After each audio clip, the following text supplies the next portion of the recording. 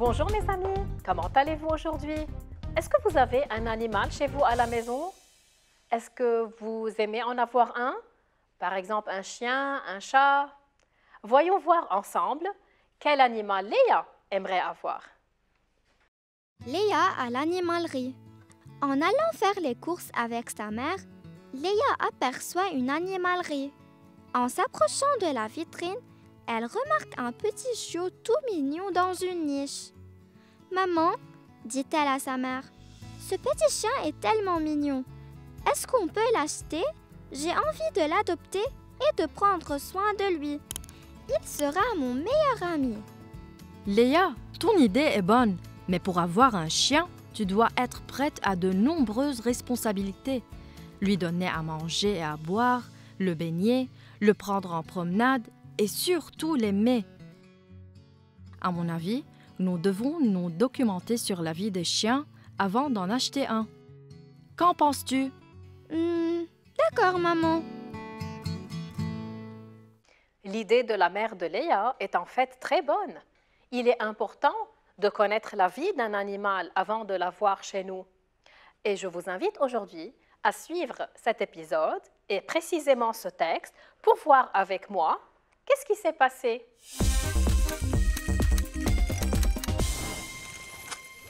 Le chien. Le chien est un animal domestique. Son poids varie selon sa race. Par exemple, le chihuahua pèse environ 3 kg, tandis qu'un dog allemand peut peser 90 kg. Le chien mange surtout de la viande, mais certains consomment également des céréales et des légumes. Il vit en moyenne 11 ans, mais il peut aller à 18. Il grogne quand il est mécontent et aboie quand il se sent en danger. Le sens de l'odorat est très développé chez lui et son ouïe est très fine. Le chien est un merveilleux animal de compagnie. Il est fidèle à son maître. C'est un texte qui parle du chien. On va voir, est-ce que c'est une histoire? Est-ce qu'il y a des actions ou quoi? Découvrons ensemble. Je vais le lire. Le chien. Le chien est un animal domestique. Son poids varie selon sa race. C'est un animal domestique, c'est-à-dire qui vit avec l'homme. Il n'est pas sauvage. Et son poids varie, c'est-à-dire il change selon sa race, c'est-à-dire selon sa catégorie. Par exemple, le chihuahua pèse environ 3 kg, tandis qu'un dog allemand, voilà le dog allemand, il est plus grand, tandis qu'un dog allemand peut peser 90 kg. Donc, il est plus lourd. Le chien mange surtout de la viande, mais certains consomment également, c'est-à-dire mangent aussi des céréales et des légumes. Je vais relire ce passage. Le chien mange surtout de la viande, mais certains consomment, c'est-à-dire mangent aussi des céréales et des légumes. Il vit en moyenne 11 ans, mais il peut aller à 18. Il grogne quand il est mécontent. Il grogne quand il n'est pas heureux, c'est-à-dire. Et aboie quand il se sent en danger. Le sens de l'odorat est très développé chez lui. Le sens de l'odorat, c'est-à-dire qu'il sent bien les odeurs. Et son ouïe est très fine. Son ouïe est très fine, c'est-à-dire qu'il entend même les tout petits bruits. Je vais relire ce passage. Écoutez bien. Le sens de l'odorat.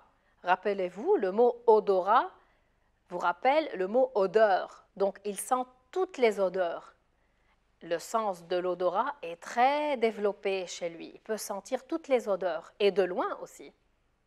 Et son ouïe, c'est-à-dire il entend très très bien. Son ouïe est très fine, c'est-à-dire il entend même les tout petits bruits.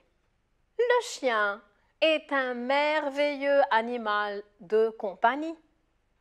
C'est un animal de compagnie, c'est-à-dire qu'il aime vivre avec les gens. Regardez la photo. Il est fidèle à son maître. Il est fidèle à son maître. Comme vous voyez, ce texte est un peu différent. Il ne nous raconte pas une histoire. Il nous raconte des informations. Il nous donne des informations.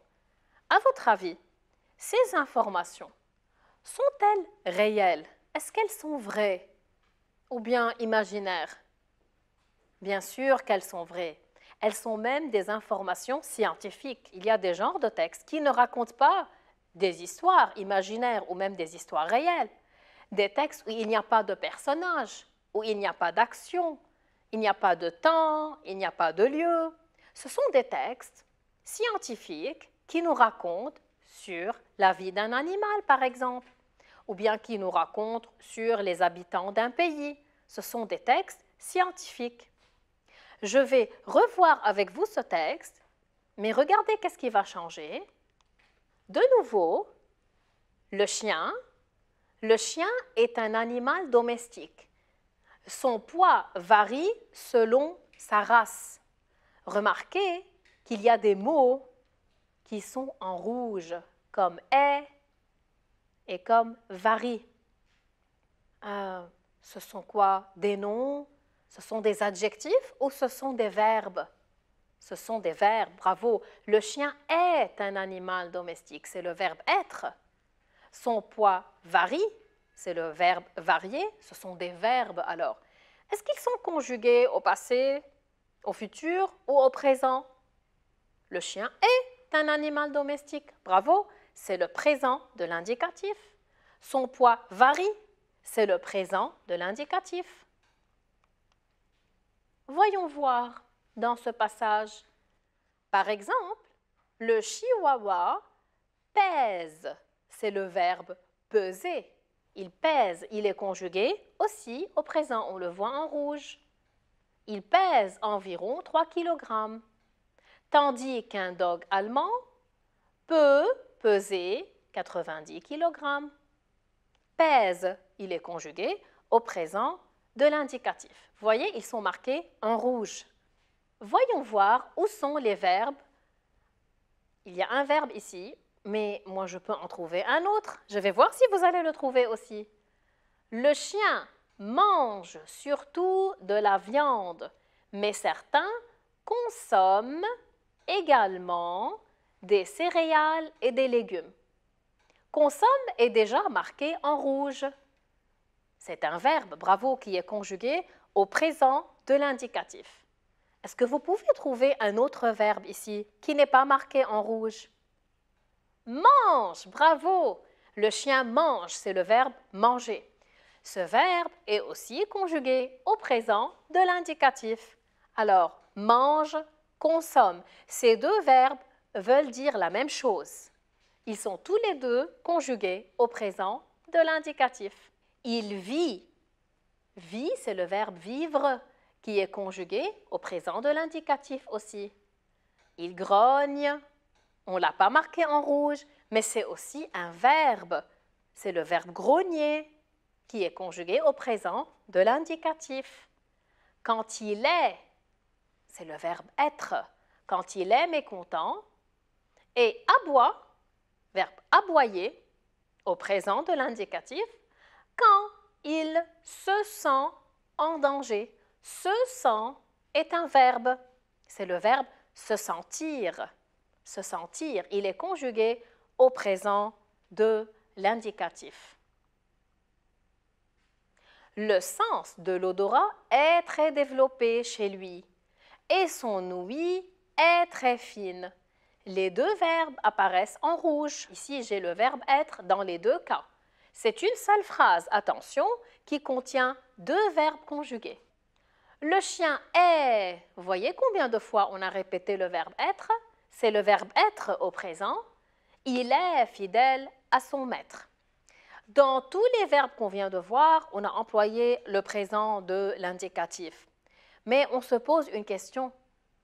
Est-ce que ce présent de l'indicatif montre des actions qui se sont passées avant ou bien qui se passeront après? Jamais de la vie.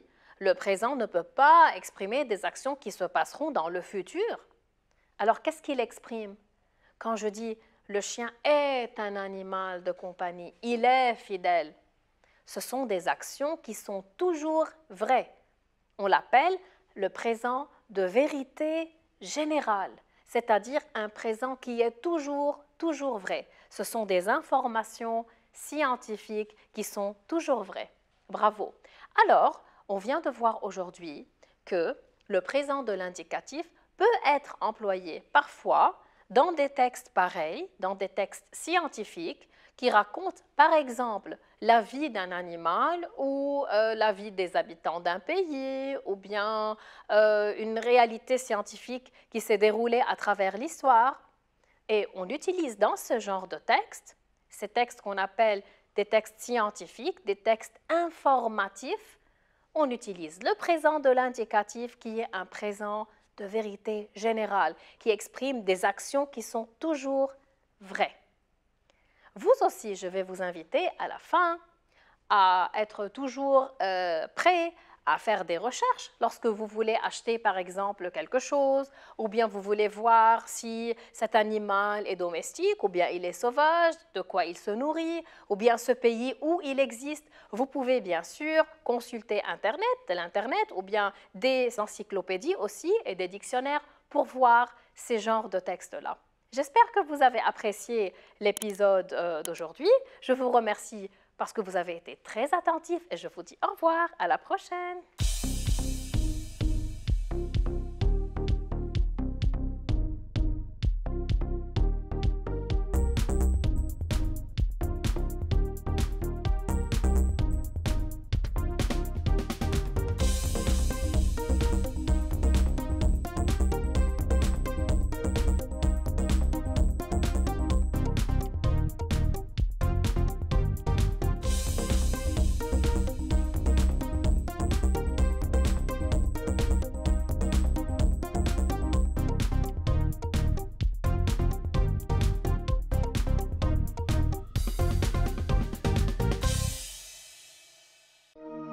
لمشاهدة المزيد من الحلقات زوروا سات7 بلس.